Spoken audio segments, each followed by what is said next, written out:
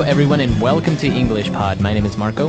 My name is Catherine, and today we have an elementary level lesson about things that you buy for your kitchen. That's right. Today we are going to buy a lot of machines and devices for our kitchen.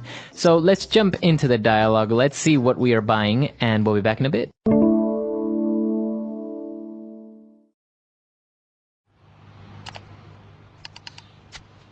I have been looking at this online catalog for over an hour, and I still haven't finished getting all the kitchen appliances that we need. What are you getting? Well, the first thing on my list is a new blender. I decided to also get a juicer and a new coffee maker. Don't forget to also get a new mixer. I lent the old one to my brother, and he broke it. Yeah, I know. I also decided to throw away the old toaster and get a new one. I am also getting a rice cooker and a steamer to make some nice steamed fish or veggies. I'm actually thinking of completely refurnishing the kitchen and getting a new stove, oven, dishwasher, and trash compactor. That's a good idea. The kitchen will look amazing. All right, we're back. So now let's take a look at some of those strange machines on language takeaway. Language takeaway. Okay, so the kinds of machines you buy for your kitchen are called kitchen appliances. Okay, so the word appliance, an appliance is basically a machine or device that is used for the home, right? That's right. So there are many different kinds of appliances. You can usually plug these in. They usually need electricity to work. But the ones we're talking about today are special. They're for the kitchen. So that's why we call them kitchen appliances. That's right. Okay, very good. So the kitchen appliances that we are looking at, or we're trying to buy, is, the first one we have is a blender. A blender. So a blender is a kitchen appliance that you use normally to make drinks. So this is a glass jar that is that's usually on the top of a little machine. And when you put in, for example, some ice and some tea and some lemonade, and you can mix it up, and you have this special mixed drink. So it's called a blender. That's right. So as you mentioned, it's usually used to make some sort of juice or drink. But we also are getting a juicer, which is specifically to make juices. Now, what is the difference between a blender and a juicer? Well, a blender is a machine that turns the things inside it around. So it mixes them together. But a juicer is different because a juicer will actually take the juice from the fruit. So, for example, if I have an orange and I cut the orange in half, I put that half on the juicer and it turns around so that the juice will come down. That's because right. Otherwise I have to use my hands to squeeze it, and that takes time. So this is an electronic appliance that helps me get the juice from my fruits. That's right. Okay. So we have a juicer to make juice, a blender to make different drinks, and now to make coffee, we have a very simple machine, a coffee maker. Okay, so a coffee maker is just a simple machine that you put water and coffee into, and it will make the coffee for you. Usually it's called a drip coffee maker because the coffee drips down. But there are many different kinds of coffee makers.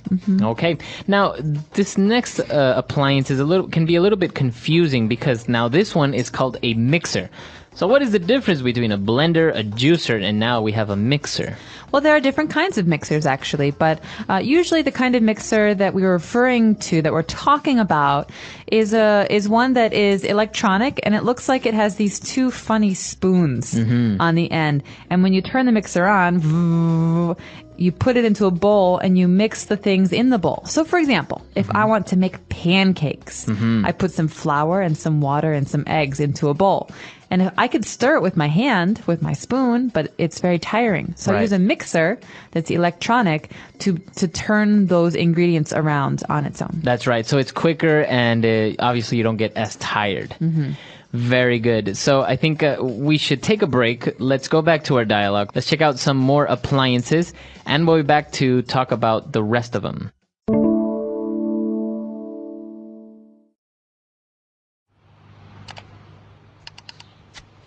I have been looking at this online catalog for over an hour, and I still haven't finished getting all the kitchen appliances that we need. What are you getting? Well, the first thing on my list is a new blender. I decided to also get a juicer and a new coffee maker. Don't forget to also get a new mixer. I lent the old one to my brother and he broke it. Yeah, I know. I also decided to throw away the old toaster and get a new one. I am also getting a rice cooker and a steamer to make some nice steamed fish or veggies. I'm actually thinking of completely refurnishing the kitchen and getting a new stove, oven, dishwasher, and trash compactor. That's a good idea. The kitchen will look amazing.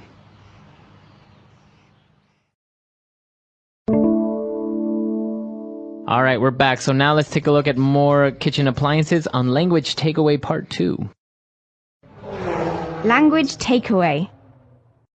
Well, this first item, this first appliance, is something that I know a lot of people all over the world are familiar with. It's called a rice cooker. Now, a rice cooker, as the name says, it is used to cook rice, but it does it in a very simple and automatic way. That's right. So you put the rice and the water in the rice cooker and you turn it on to, 20 minutes? And then later, 20 minutes later, it's already cooked. It's done. Done. Easy. Right. It's actually very convenient and very simple to make. And now, along with a rice cooker, sometimes we also get a steamer. Okay, so a steamer is something that we normally use with vegetables, or in Asia, a lot of times we use it with dumplings, these little foods that are stuffed. And so a steamer is something that you use to cook a food, but with the steam from hot water. That's right. You don't put the food in the water. You don't fry the food, but you use the steam, that hot air, to cook the food inside. That's right. So it's actually considered to be one of the healthiest ways of cooking food because it's not as oily. That's right.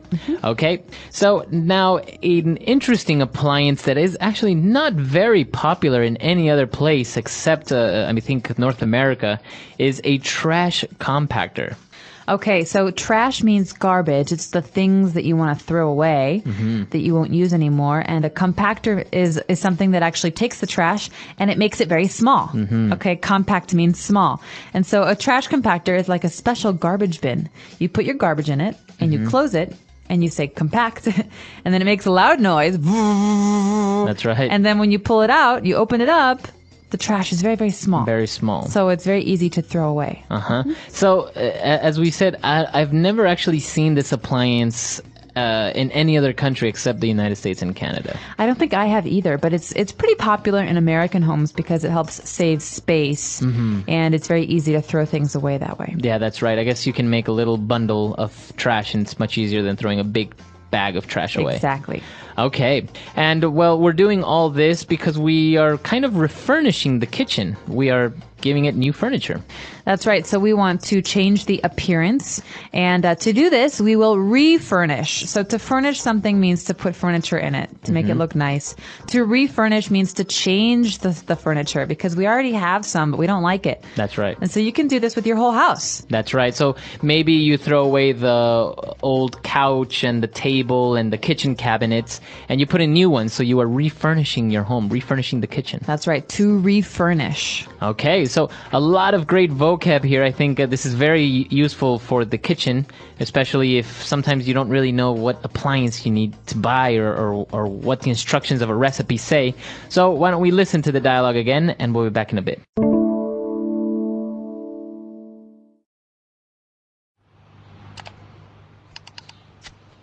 I have been looking at this online catalog for over an hour and I still haven't finished getting all the kitchen appliances that we need. What are you getting? Well, the first thing on my list is a new blender. I decided to also get a juicer and a new coffee maker. Don't forget to also get a new mixer. I lent the old one to my brother and he broke it. Yeah, I know. I also decided to throw away the old toaster and get a new one. I am also getting a rice cooker and a steamer to make some nice steamed fish or veggies.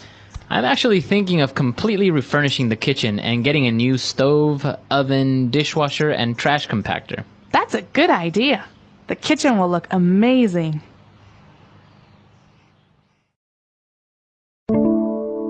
All right, we're back. Now, another appliance that I think is also not very popular in other countries apart from the trash compactor, we saw in the dialogue a dishwasher. A dishwasher, that's right. So this is something that you find in many American homes. So why do you think trash compactors and dishwashers are not so popular in other places?